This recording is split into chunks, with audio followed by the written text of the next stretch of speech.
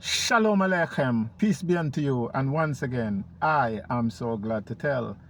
I was invited by a friend to a so-called child support hearing, a Title 4D hearing, and by Zoom. And let me tell you, I've been to many Zooms in person, whatever, just sometimes just to sit and watch. And let me tell you, it's some of the biggest scams, the biggest kangaroo courts that you could find. And Black's Law Dictionary defines a kangaroo court as a sham proceeding, one in which all rights and safeguards are totally disregarded and the outcome is already predetermined. And so when you go to these fake hearings, that's what happened. That's what's happening. They already predetermine what they're doing. Okay, you cannot get a fair hearing. Why?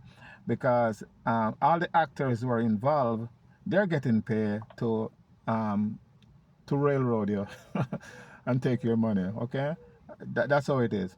So according to their own federal manual of child support, that's the federal book that all the contractors, this is the book that trained them and tell them the policy and rules to follow. Okay, in that book it tells us that it's a quasi-judicial system. And now what is quasi-judicial? Well, according to the dictionary online, it's showing that a quasi-judicial body is an administrative or executive entity, not a court, that possesses legal authority to hold hearings, investigate and adjudicate specific disputes or cases. These bodies apply existing laws to individual situations, example zoning, licensing, etc., rather than creating new laws, acting in a court-like manner. Okay, so that's what it's saying. It acts like a court.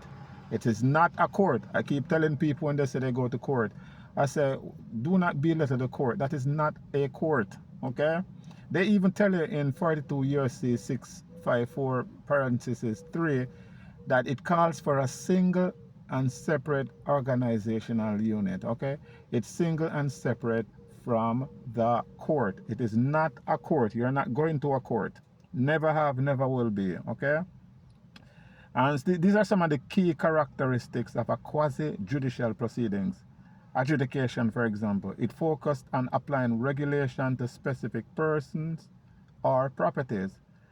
Also, it's supposed to have procedural fairness. It requires notice, the right to present evidence, and an impartial hearing officer. This is where it goes bad. Those hearing officers cannot be impartial. Why? Because they are contractors under 45 CFR 302.34 under the corporate agreement, meaning corporate contract.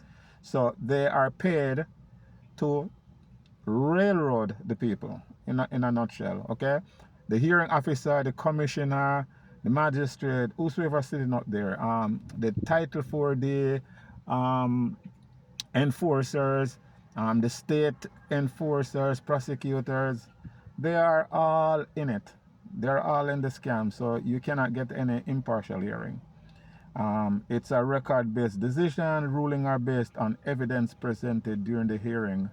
And many people will tell you, no matter how much evidence you produce, they kind of ignore them or they find excuse around them. Why? Like I said earlier, they are paid to take your money. They don't care about evidence or rule of law.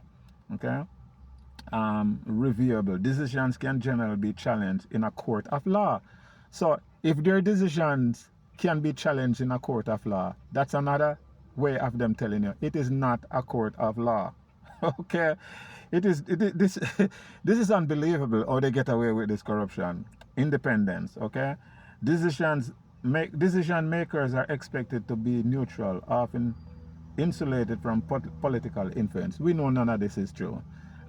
They cannot be impartial. They cannot be unfair because they have to be unfair to violate your rights and take your money. Okay? Quasi-judicial, there's no such thing. I mean, they just make up this foolishness which actually contradict the Constitution. You cannot have administrative and judicial mixing together. That doesn't work. That's impossible. Okay? That violates the Constitution, and most states have it in their law, separation of powers. Okay? So you cannot have somebody from the administrative agency working in a judicial branch and vice versa. They are two different, separate, and equal forms of government. Okay. Now, Title 40, like I said, it's all a private business. Okay. That's why they say on the definition, it's a court-like. They have a court-like appearance. You see somebody in there a lot of time under a black robe. Many people think it's a judge. You think you're in a courtroom. You see sometime so-called law enforcement there. People think it's a court. It is not a court. It's just a system that is set up to deceive you, get you scared, and take away your money. And like I said, and this is where jurisdiction is challenged, because they do not have jurisdiction based upon the Constitution and even their own manuals and their own definition. They do not have, the only way they have jurisdiction unless you voluntarily waive your right and consent to their jurisdiction. And many people do not do that. Okay? And sometimes they coerce through threat and duress, force people to sign stuff. I mean, even those could be challenged. But like I said, it's all a corruption. I mean, when I watch these things all the time, I just I just shake my head. And sometimes if I have somebody there, I'll point to them and show them all the different violations. And all you need is to show one of your constitutional protected rights that's violated, and it's over. But they have so many violations. It is unbelievable.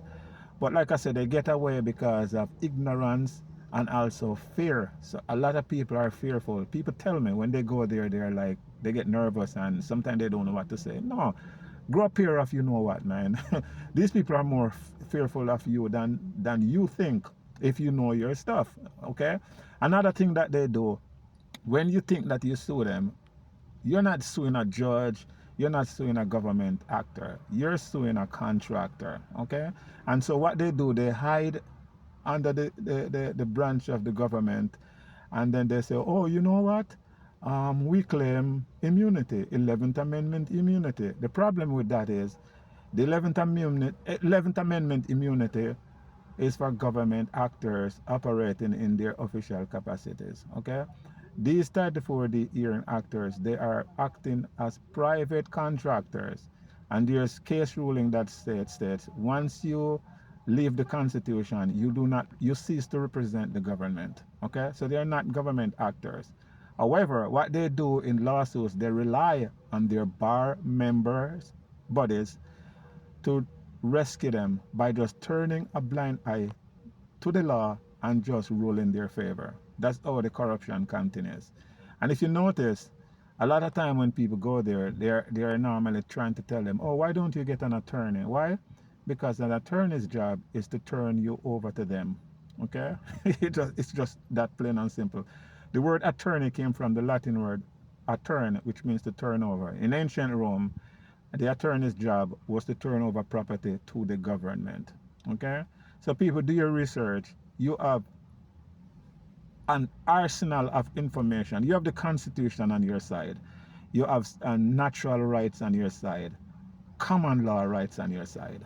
And so you just have to know how to use them. Okay? Until then, Shalom Aleichem. Peace be unto you. And once again, I am so glad to tell.